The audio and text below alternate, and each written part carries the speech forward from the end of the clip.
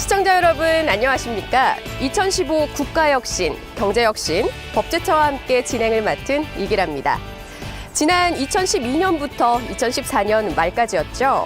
중앙행정기관의 단계별 이전 계획에 따라 16개 중앙부처와 소속기관들이 정부 세종청사로 이전하게 됐는데요. 정부의 모든 행정기능이 세종시로 옮겨지게 된 것은 그야말로 역사적이고도 아주 특별한 사업이라고 할 수 있습니다. 지난 45년간 서울의 중심에서 국민과 소통했던 법제처도 그 3단계 이전 대상에 포함돼 이곳 세종시에 새로운 보금자리를 마련하게 됐는데요.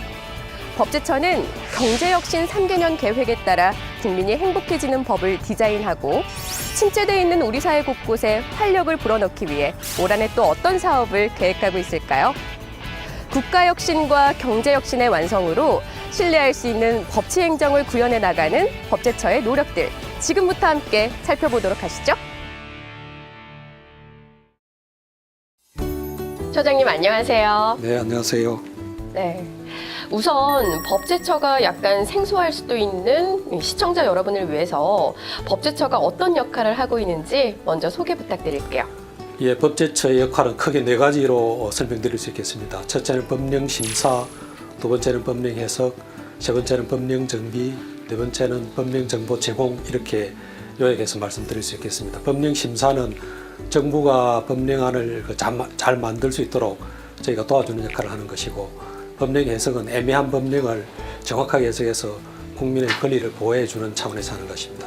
그리고 법령 정비는 넓고 오래된 법령을 기업이 경제활동을 하는데 불편이 없도록 저희가 계속 개선하는 그런 작업입니다.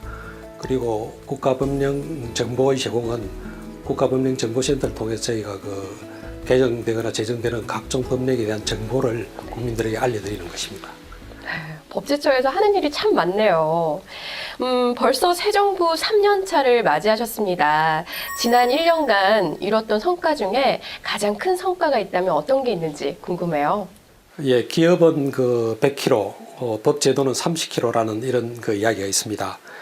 현실과 동떨어진 그런 법제도는 국민을 불편하게 하고 창의적인 기업 활동을 제해하는 가장 큰 요인이 된다고 봅니다. 그래서 작년에는 저희가 이런 숨은 규제를 개선하기 위해서 중앙부처가 가지고 있는 훈령, 역유, 고시 등 행정규칙 전반에 대해서 조사를 해서 그걸 정비를 했습니다. 그리고 또 하나 지방자치법규인 조례에 숨은 규제들이 많습니다. 그게 전체 한 243개 지방자치단체 중에 한 6만 개의 조례가 있었는데 그 6만 개 조례를 저희가 대대적으로 정비하는 사업을 했습니다. 이러한 정비는 역대 정부 최초로 이런 사업이 시작됐습니다. 그래서 지금까지 행정규칙 정비를 보면은 경제사회 분야에 저희가 먼저 정비를 했는데 약 7천여 건을 저희가 전수조사를 했습니다. 그래서 그 중에서 약 한 300건이 넘는 숨은 규제를 발굴해가지고 그 중에서 100건 이상을 지금 정비를 완료했습니다. 그리고 조례는 지금 한 4개년 계획으로 저희가 잡고 있는데 작년에 이제 첫 해로서 했는데 약 서울시 조례를 포함해서 한 2,600건을 저희가 전수조사를 해서 그 중에서 약 한 660건을 개선 사례로 발굴해서 그렇게 하고 있습니다. 그래서 이 조례는 좀 빨리 정비가 돼야 되기 때문에 저희가 그 중에서 좀 모범 사례를 한 100개 정도를 추려가지고 책자를 따로 만들었습니다. 그 책자를 따로 만들어가지고 지자체에 지금 다 배포를 해가지고 우선적으로 그걸 좀 개정하도록 그렇게 독려를 하고 있습니다. 상당히 많은 일을 하시는데요. 또 법제처가 경제 활력을 저해하는 법령 정비 사업에도 아주 큰 성과를 이룬 걸로 알고 있는데요. 대표적인 정비 사례에는 어떤 게 있나요? 예, 작년에 저희가 국민 불편 법령을 한 65건을 개선을 했습니다. 그 중에서 개선한 대표적인 사례를 보면은 전통시장에 저희가 떡을 만들어서 팔고 있습니다. 그런데 그 떡을 옆에 있는 인근의 아파트나 이런 데서 사실은 배달을 못 하도록 그렇게 규정이 되어 있습니다.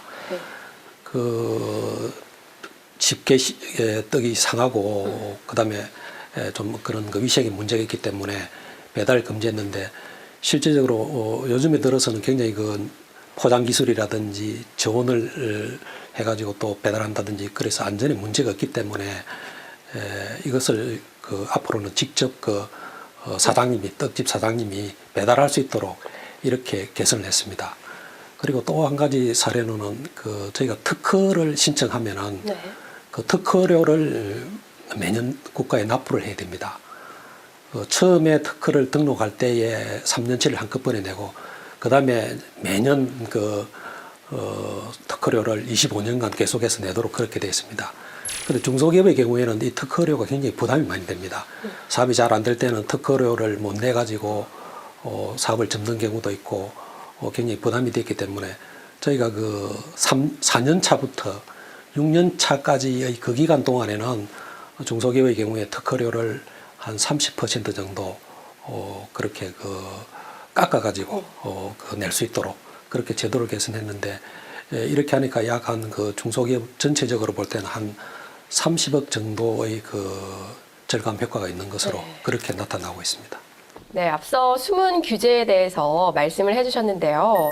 행정 규칙이나 조례에 숨어 있는 이런 규제들을 정비한 사례도 있을 것 같아요.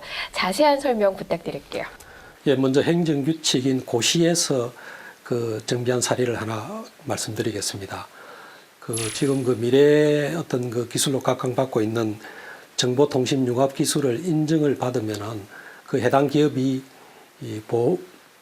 보험을 들도록 하는 그런 미래부의 고시가 있습니다. 네.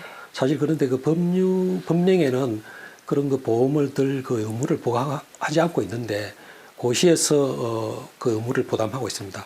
그래서 저희가 볼 때는 그 고시는 상위법에 위반돼서 어떤 무효인 그런 문제가 있었습니다. 그래서 저희가 그 고시를 삭제하도록 그렇게 했는데 기업의 경우에는 보험료가 한 해 한 500만 원 정도 절감되는 그런 효과가 있습니다.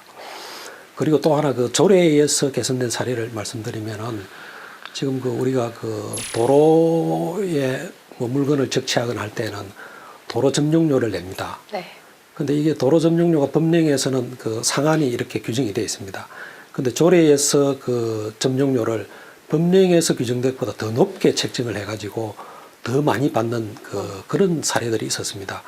그래서 저희가 그런 지자체는 그걸 빨리 개정하도록 그렇게 이제 지침을 내렸는데 그것이 다 개정이 되면은 주민들은 약 한 6억 원 정도의 더 내야 안 내도 될 돈을 갖다가 절약하는 그런 효과가 있게 될 것으로 봅니다. 생활 속에서 국민들이 불편함을 느끼는 숨은 규제들을 찾아보고 싶어도 어디서 찾아야 하는 건지 모르는 경우가 참 많은 것 같아요. 처장님, 이런 문제들을 해결할 수 있는 방법 없을까요? 예, 있습니다. 지금 사실 인허가 같은 걸 받을 때에 공무원들이 법령에는 없는데 뭐 이런 기준이 있다 하면서 책상 서랍을 열어가지고 그 기준을 제시하는 경우가 많습니다. 그래서 이게 법률에서 무슨 고시로 정한다고 이렇게 할 때에 일반 국민들은 그 고시가 어디에 있는지 찾아보기가 굉장히 힘듭니다. 그래서 저희가 앞으로는 국가법령정보센터에 들어오시면은 거기는 지금 법령이 다 나타나 있습니다. 거기서 법률의 어떤 조문에서 고시로 정한다고 이렇게 규정이 되어 있을 때 그 고시를 클릭을 하면은 바로 그 고시가 지금 화면에 뜨도록 이렇게 저희가 시스템을 마련했습니다. 마련해서 그걸 지금 아마 들어와 보시면 아주 지금은 쉽게 찾을 수 있고, 그 다음에 앞으로는 그걸 조례에도 확대해서 법률에서 어떤 조례로 정한다고 했을 때에 이 조례를 그것도 마찬가지로 클릭을 하면은 예를 들면 제가 세종특별자치시에 살고 있다. 네. 그러면 세종특별자치시의 조례를 다시 클릭을 하면은 그 조례가 바로 뜹니다. 그러면 일반 국민들께서는 지금까지 책상 서랍에서 몰랐던 그런 숨어 있는 규제들을 국가법령정보센터에서 바로 확인할 수 있기 때문에 제가 볼 때는 앞으로 이제 규제가 숨어 있는 수 있는 장소가 없어졌지 않나 그런 생각이 듭니다. 새 정부 출범 3년 차인 올해는 무엇보다도 국정과제를 마무리하는 입법 지원이 중요할 것 같은데요. 법제처에서는 어떻게 입법 추진을 하실 계획인지 궁금합니다. 예, 박근혜 정부 출범 이후 그 국정과제를 140개 국정과제로 잡고 거기에 필요한 그 법령을 459건으로 집계를 했습니다. 했는데 지금까지 그 약 90% 정도인 416건이 국회에 제출됐는데 그 중에서 약간 65%인 269건만이 통과됐습니다. 그래서 올해에 사실 그 이런 그 입법적인 마무리를 하고 좀 그 국정과제의 실행을 위해서 이제는 좀 더 매진해야 될 텐데 조금 그 국회에서 법률이 늦게 통과돼 가지고 조금 그 국정과제 실행에 좀 차질이 생기고 있습니다. 그리고 또 내년 5월이 되면은 그 국회의원의 임기가 만료되기 때문에 국회의원의 임기가 만료되면은 국회에 제출되어 있는 법안들이 모두 다 폐기가 됩니다. 그래서 모든 법안을 다시 또 제출해야 되는 그런 문제가 있기 때문에 저희가 올해는 지금 남은 법안은 제출하는 것은 물론 빨리 해야 되지만은 국회와 협조를 해서 국회에 제출되어 있는 법안이 가능한 한 빨리 통과될 수 있도록 야당과도 좀 협의도 강화하고 또 당과 청와대, 정부 간에 좀 의견을 조율해서 저희가 좀 적극적으로 많이 통과될 수 있도록 노력할 그런 계획입니다. 대통령의 신년 기자회견은 경제혁신 3개년 계획으로 요약할 수가 있는데요. 그렇다면 경제혁신 계획을 뒷받침해주는 법제처의 역할에는 어떤 게 있을까요? 예, 작년 3월에 경제혁신 3개년 계획이 발표되고 나서 저희가 입법적으로 뒷받침할 부분이 무엇인지를 조사를 해서 약 105건의 법률이 개정돼야 된다는 그런 계획을 수립했습니다. 그래서 그 중에서 지금 약 85건을 국회에 제출했는데 이것도 아까 말씀드린 것처럼 국회에서 제출된 것은 약 절반 정도도 못 미칩니다. 그리고 국회에 보낼 필요가 없는 시행령, 시행규칙 같은 하위 법령들이 있습니다. 그것은 저희가 거의 다 정비를 했는데 올해는 대통령께서 말씀하신 것처럼 경제 핵심에 모든 국가 역량을 집중을 하고 있습니다. 그래서 저희가 이 경제 관련 법령도 국회와 정말 협의를 해서 올해는 정말 많이 통과될 수 있도록 또 좀 뛰어야 될 그런 행편이 있습니다. 그리고 공공부문이라든지 노동, 금융, 교육 등 4대 구조개혁 분야에 있어서도 저희가 법령 개정이 필요한 부분은 적극적으로 뒷받침할 그런 계획을 세우고 있습니다. 네, 올해는 아무쪼록 많은 성과가 있었으면 좋겠습니다. 말씀해주신 많은 노력에도 불구하고 과거와는 달리 요즘에는 의원 입법이 늘어나고 있고 그 문제점을 지적하는 소리도 늘어나고 있는데요. 이 부분에 대해서는 어떤 대책이 있으신가요? 예, 지금 요즘 추세를 보면 국회에 통과되는 법안의 약 90% 정도가 의원 입법입니다. 근데 의원 입법이 많아지는 데 대해서 우려할 필요는 없다고 봅니다. 다만 정부 부처가 정부 입법으로 제출해야 될 것을 부처 간에 이견이 있다든지 또는 규제 심사를 받아야 하는 이러한 절차를 거치지 않고 어떤 자기 부처의 이익을 위해서 의원을 통해서 제출하는 그런 경우가 많습니다. 이런 법안들은 통과된다 그러면은 네.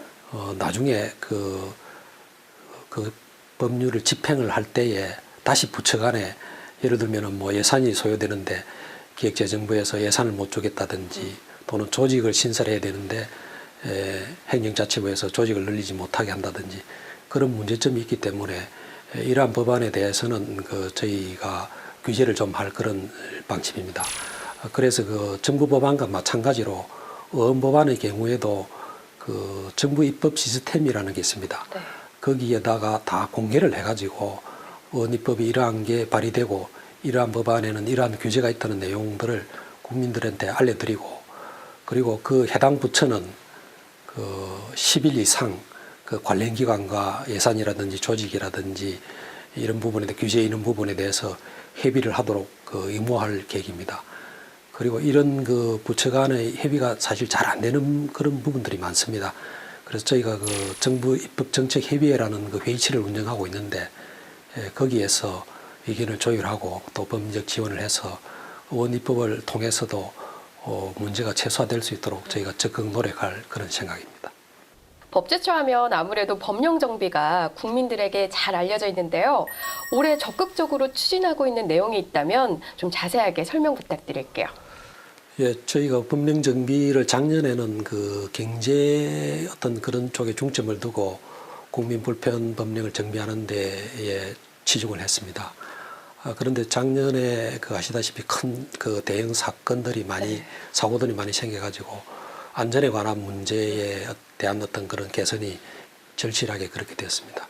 그래서 올해는 좀 그 안전관계 법령에 대해서 교통안전이라든지 그다음에 시설물 안전이라든지 또는 그 식품에 관한 국민 건강에 관한 안전이라든지 이런 부분에 대해서 중점을 두고 올해는 거기에 관한 그 법령을 저희가 좀 발굴을 해서 그렇게 개선할 계획입니다.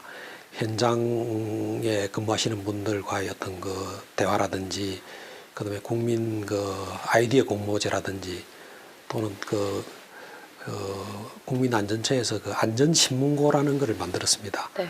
그 안전신문고를 통해서 들어오는 의견이라든지 그런 것들을 저희가 종합을 해서 그 법령이나 그 제도 개선이 필요한 사항은 저희가 그 국민안전처나 국무조정실 등과 협의해서 그 적극적으로 개선해 나갈 그런 계획입니다. 네, 처장님께서 앞서 말씀하셨듯이 작년에는 유독 안전불감증이라는 단어가 우리 사회 곳곳에서 들렸던 것 같아요. 국민의 안전을 위해서 법제처에서는 어떤 법령들을 정비하고 있는지 대표적인 사례를 좀 들려주셨으면 하고요. 또 앞으로는 어떤 법령을 정비할 계획이신지 알기 쉽게 설명 부탁드릴게요. 예, 먼저 그 정비한 사례를 먼저 말씀드리겠습니다.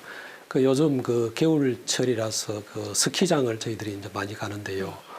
그 스키장에 그 안전망이나 그다음에 안전 펜스 같은 걸 설치하도록 그렇게 의무 규정은 있습니다. 네. 그런데 이것을 뭐 어떻게 설치해야 한다는 그런 기준이 없기 때문에 그 스키장마다 자기들 나름대로 그 설치를 해놓고 또 눈가림식으로 설치해 놓은 것도 있기 때문에 실질적으로는 안전사고가 많이 발생하고 있습니다. 그래서 저희가 이 그 스키장의 그 안전망 이 급경사지에 설치하는 그물이 있습니다. 그런 그물의 설치 기준은 그 지상으로부터 예를 들면 뭐 1.8m 이상에 설치해야 된다든지, 그 다음에 안전 펜스 거기에 이제 덧대는 그 펜스에 5cm 정도의 그런 아주 푹신한 그런 재질로 만들어 가지고 부딪히더라도 어떤 그런 다치지 않도록 그런 저희가 상세한 기준을 만들어서 저희가 스키장이 좀 더 안전해지도록 그렇게 조치를 했습니다. 그리고 올해에 좀 개정을 계획하고 있는 대표적인 것은 지금 학교 시설이 노후돼 가지고 굉장히 안전에 문제가 있는 그런 학교 시설들이 많습니다. 그런데 이게 정밀 안전 진단을 받도록 그렇게 규정은 있습니다만은 네. 어떠한 전문기관이 그것을 정밀 안전 진단을 해야 되는지, 어떤 기관에 해야 되는지 어떤 범위나 기준 같은 게 없습니다. 그래서 자격이 미달되는 그런 데서 정밀 안전 진단을 해서 사실 문제가 있는 것도 문제가 없는 것으로 진단하는 그런 경우들이 있을 수 있습니다. 그래서 저희가 올해는 정밀 안전 진단 기관을 어떤 기관이 해야 되는지 기준을 상세하게 정해가지고 그런 기준을 충족하는 업체들만 진단할 수 있도록 그렇게 할 계획입니다. 올해는 본격적인 지방자치제가 도입된 지 20년이 되는 지방자치 성년의 해라고 해도 과언이 아닐 것 같은데요. 조례와 같은 자치법규의 발전 방안에는 어떤 게 있을까요? 예, 자치법규는 지역 주민의 생활에 밀접한 관련이 있기 때문에 정말 중요합니다. 그리고 풀뿌리 민주주의를 실현하는데 조례 규칙 같은 자치법규가 대단히 중요합니다. 그런데 제가 앞서도 말씀드린 것처럼 역대 정부 최초로 저희가 243개 지금 지방자치단체가 있는데 네. 거기에서 운영하고 있는 조례가 모두 6만 건입니다. 이 6만 건 조례를 작년에 시범적으로 해보니까 굉장히 문제가 많이 있다. 상위법규에 위반되는 조례도 있고 조례가 너무 국민 생활을 불편하게 하는 그런 또 조례도 있고, 그다음에 어떤 국가에서 규제를 완화하기로 했는데 법령은 이미 개정을 해서 완화를 했는데 조례는 아직 개정이 되지 않아 가지고 그 어떤 규제 개혁의 효과가 지방에까지 미치지 못하는 그런 경우도 많이 있었습니다. 그래서 우리가 그 작년하고 앞으로 또 3개년을 더 2017년까지 해서 그 매년 연차적으로 그 조례를 전수조사를 해가지고 점점점 정비를 해 나갈 계획입니다. 그리고 좀 중요한 조례는 그 자치단체에 저희가 이제 한정적으로 전수조사를 할 수밖에 없기 때문에 네. 거기서 발굴된 조례는 그 거의 다른 지방자치단체도 유사합니다.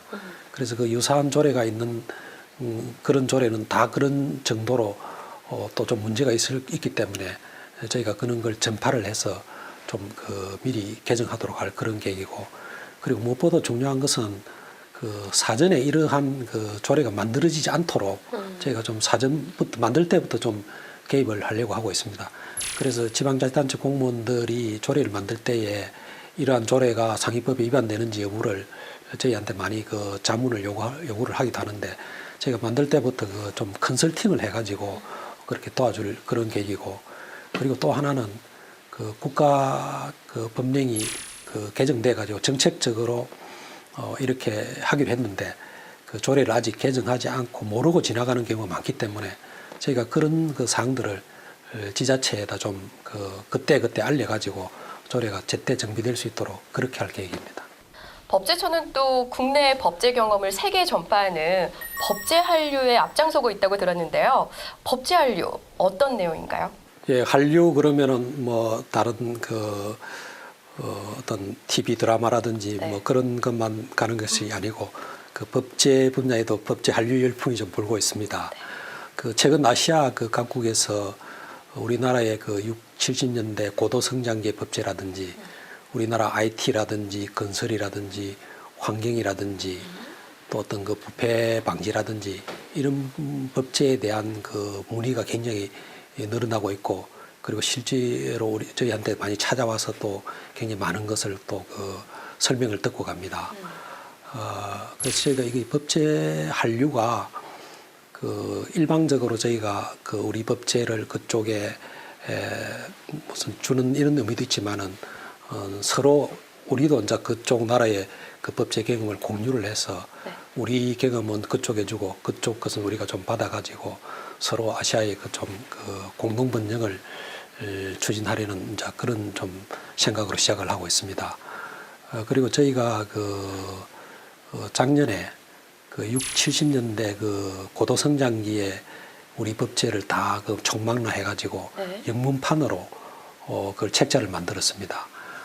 그 책자를 만들어 가지고 아시안 56개국에 그걸 좀 이렇게 전파를 했습니다. 전파를 하고 그다음에 저희가 작년에는 또 아시아 법제 전문가 회의도 개최했는데 최근 한 4년째 그 회의를 개최해서 우리 법제에 관한 것을 많이 소개를 하고 있고 또 원하는 것을 저희가 많이 제공해 주기도 하고 있습니다.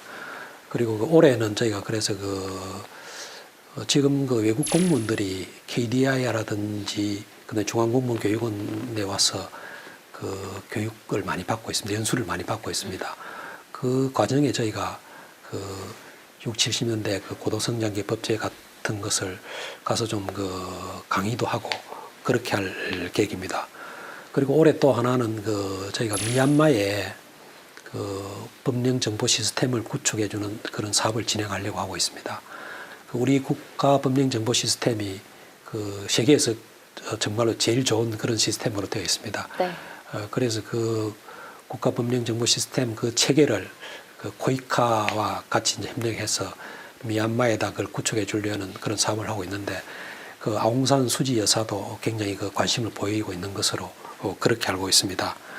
그리고 우리가 이렇게 해서 이제 우리 법제가 외국에 많이 자기들이 우리 법제를 자기 법제에 좀 흡수해서 그렇게 하게 되면은 우리 기업들이 그 나라에 가서 사업을 하는데 유사한 법제 환경이 되니까 굉장히 도움이 많이 될 것으로 그렇게 생각이 됩니다. 네, 공무원의 법적 전문성이 떨어져서 국민들의 불신을 초래하는 경우가 많습니다. 올 한 해 공무원의 법적 역량을 강화하기 위해서 법제 교육의 방향성에 대해서도 설명 부탁드릴게요. 예, 국민이 신뢰할 수 있는 공직 사회를 만들려고 하면은 공무원들이 법을 정확하게 집행하는 게 굉장히 중요합니다. 근데 실질적으로 좀 부끄러운 이야기입니다만은 지방 공무원 교육을 저희가 가가지고 지방 공무원에게 간혹 질문을 합니다. 조례와 법령 중에 어느 것을 더 우선시하느냐 하면은 조례를 더 우선시한다고 그렇게 이야기합니다. 그래서 아까 말씀드린 것처럼 법령에 위반되는 조례가 있는 것도 모르고 집행하고 아마 그런 사례도 있는 것으로 알고 있습니다. 그래서 저희가 이런 게 왜 중요하냐면은 지금 행정소송이나 행정심판이 1년에 한 6만 5천 건 정도 되는데 그 중에서 국가가 패소하는 비율이 굉장히 높습니다. 그럼 결국은 국가에 다 재정적 부담으로 다 돌아오는 것이고 또 어떤 정부에 대한 불신 이런 걸 초래하게 되는 것입니다. 그리고 저희 법제처에서 법령 해석을 하고 있는데 하루에 약 한 1천 건 정도의 공무원들로부터도 그런 해석이 많이 요청이 되고 있습니다. 근데 저희가 해석을 이렇게 보면은 현재 집행하고 있는 게 제대로 해석을 저희가 볼 때는 정확하게 해석하지 않고 다르게 해석을 해서 집행되고 있는 경우도 상당히 많이 확인을 하고 있습니다. 그래서 이런 문제가 있기 때문에 저희가 한 1985년도부터 법제처에서 공무원에 대한 어떤 법제 교육을 실시하고 있는데 작년에는 한 13,000명 정도 공무원에 대해서 교육을 실시했습니다. 그런데 이게 전체 공무원 숫자에 비하면 한 2.25% 아주 극히 미미한 숫자지요. 그래서 이렇게 교육을 저희가 여건이 안 돼서 못 하고 있는데 어쨌든 올해에는 좀 현장 위주의 그런 교육이라든지 좀 맞춤형 교육을 통해 가지고 좀 더 공무원 교육을 늘리려고 하고 있고 그리고 온라인 교육 같은 걸 통해서도 좀 더 교육을 많이 시키려고 하고 있는데 어쨌든 법제처가 좀 더 공무원 교육에 힘을 쓰도록 그렇게 노력하겠습니다. 네, 지금까지 법제처의 2015년 주요 업무 계획에 대해서 들어봤는데요. 보이지 않는 곳에서 묵묵히 정부의 경제혁신 3개년 계획을 뒷받침해주고 있는 대한민국 법제처. 올 한 해에도 눈부신 활약 기대해 보겠습니다. 처장님, 좋은 말씀 주셔서 감사합니다. 예, 감사합니다. 법제처가 지난 12월 강화문을 떠나 12월 13일 입주식을 마치고 정부 세종청사에서 새롭게 업무를 시작했습니다. 새로운 땅으로 나무를 옮겨 심으면 뿌리가 약한 나무는 시들고 말지만 튼튼한 뿌리를 가진 나무는 새로운 토양에서도 잘 견뎌내고 더욱더 잘 자라기도 합니다. 법제처도 세종시에 튼튼한 큰 뿌리를 내려 누구나 즐겨 찾는 아름드리 나무가 되도록 노력하겠습니다. 특히 2015년은 국정 3년차로 국민 행복과 희망의 새 시대를 위한 전환점이 되는 해입니다. 경제혁신 등 정부의 주요 정책이 차질 없이 이행되어 국민 행복이 실현될 수 있도록 법령, 조례, 행정규칙 등 국가 법체계 전반에 걸친 점검과 개선을 추진하고 국가 혁신으로 희망찬 대한민국이 될 수 있도록 역량을 집중하겠습니다. 감사합니다. 네, 이렇게 재정부 법제처장님을 모시고 법제처의 2015년 주요 업무 계획에 대해서 알아봤는데요. 알기 쉬운 법, 지킬 수 있는 법, 좋은 법을 만들고 공정하게 법령을 해석하는 법제처의 노력은 결국 국가혁신과 경제혁신을 제대로 완성시킬 수 있을 것 같습니다. 세종시에서 새로운 각오와 다짐으로 시작하는 대한민국 법제처. 올 한 해도 실생활에 도움이 되는 합리적인 법제로 대한민국 국민의 행복까지 책임질 수 있기를 기대해 봅니다. 지금까지 2015 국가혁신, 경제혁신 법제처와 함께였습니다. 시청해주신 여러분 고맙습니다.